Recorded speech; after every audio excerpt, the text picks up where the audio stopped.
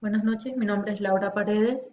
Voy a dar inicio al contenido de la clase titulado Conquista y colonización de América. En este sentido, vamos a analizar la expansión de Europa en América. Contextualizando, a finales del siglo XV, España inició la exploración y la ocupación del territorio americano.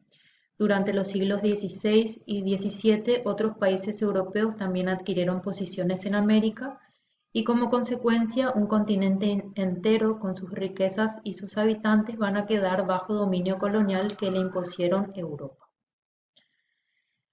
La expansión europea en América, acá como parte del proceso de expansión ultramarina iniciado en el siglo XV, algunos reinos europeos organizaron expediciones hacia América.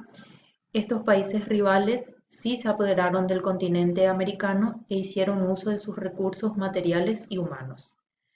Como no se aventuró más allá, Colón no conoció reales dimensiones geográficas de las tierras a las que había llegado y por eso siguió convencido de que correspondería al suroeste de Asia. Los expedicionarios posteriormente, como el conocido marino Américo Vespucio, se extendieron la navegación hacia estos territorios, logrando así de que los europeos se reconocieran, ya que se trataba de un continente hasta entonces desconocido por ellos. El nombre de la corona española: entre 1492 y 1502, Cristóbal Colón realizó expediciones al continente americano. En esos viajes em, exploraron las islas de las Antillas y parte de la costa de América Central. En cuanto a la rivalidad entre España y Portugal, después de su primer viaje, Colón fue recibido por los reyes católicos con mucho entusiasmo debido al resultado de sus expediciones. Inmediatamente se hicieron preparativos para un segundo viaje y se iniciaron negociaciones con el Papa y con el Reino de Portugal para asegurarse el control sobre las tierras descubiertas. Según la tradición medieval, el Papa podía conceder a un monarca el derecho a evangelizar, es decir, convertirse al cristianismo. Las poblaciones del territorio que hasta ese momento no hubieran pertenecido a un gobernante cristiano, este derecho significaba reconocer las conquistas que realizaban en esas regiones. Es importante remarcar por el Tratado de Tordesillas, si bien en el año 1493 el Papa Alejandro VI dispuso que se trazara una línea imaginaria de norte a sur a 100 leguas marinas al oeste de las Islas Azores y Cabo Verde. Las tierras descubiertas o por descubrir que existieron al este de esa línea sería para Portugal y las que se hallaran al oeste van a corresponder a España. Esta disposición papal no dejó satisfechos a los portugueses, quienes en el año 1494 firmaron con la corona española el tratado, de Tordesillas, que va a ser un acuerdo que se establecía en una línea a 370 leguas al occidente de la isla de Cabo Verde. De este modo, España y Portugal se repartieron el mundo por explorar sin tener en cuenta a las personas que van a vivir ahí.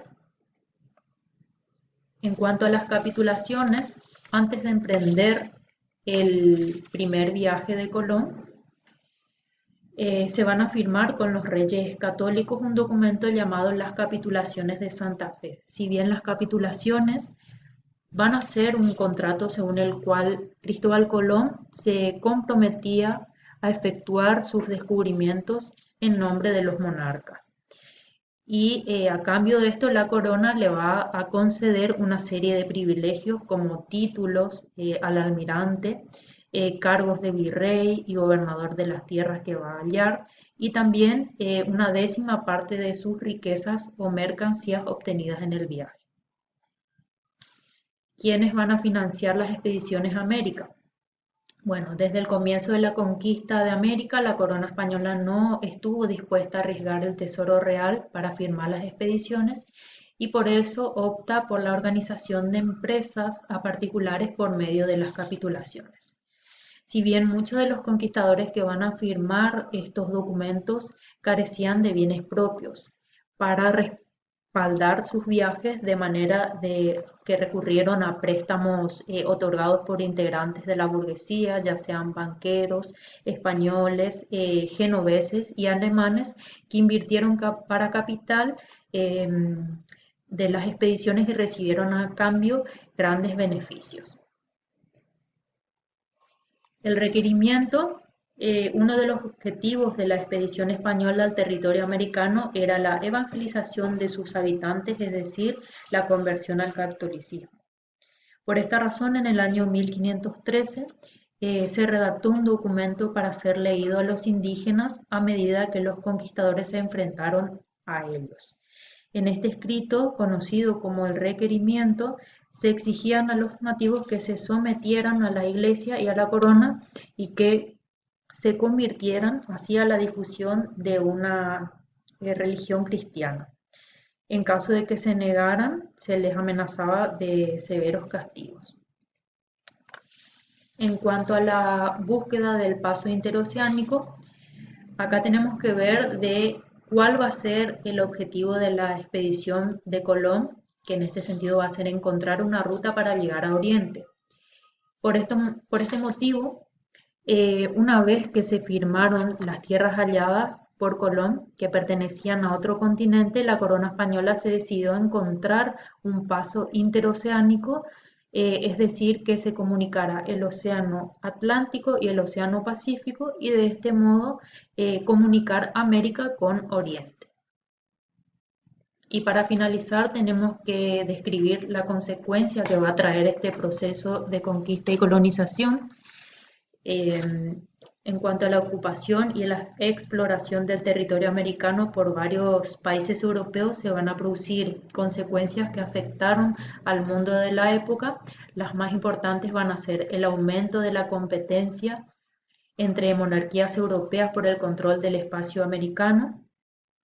Vamos a ver las transformaciones de las sociedades indígenas americanas por el contacto con la cultura europea, la conformación de una sociedad en América, y después vamos a tener la incorporación de los productos americanos al comercio mundial, por ejemplo, los alimentos, las materias primas hasta entonces desconocidas en Europa y en gran cantidad de metales preciosos como ser el oro y la plata, que se transforman en la economía europea.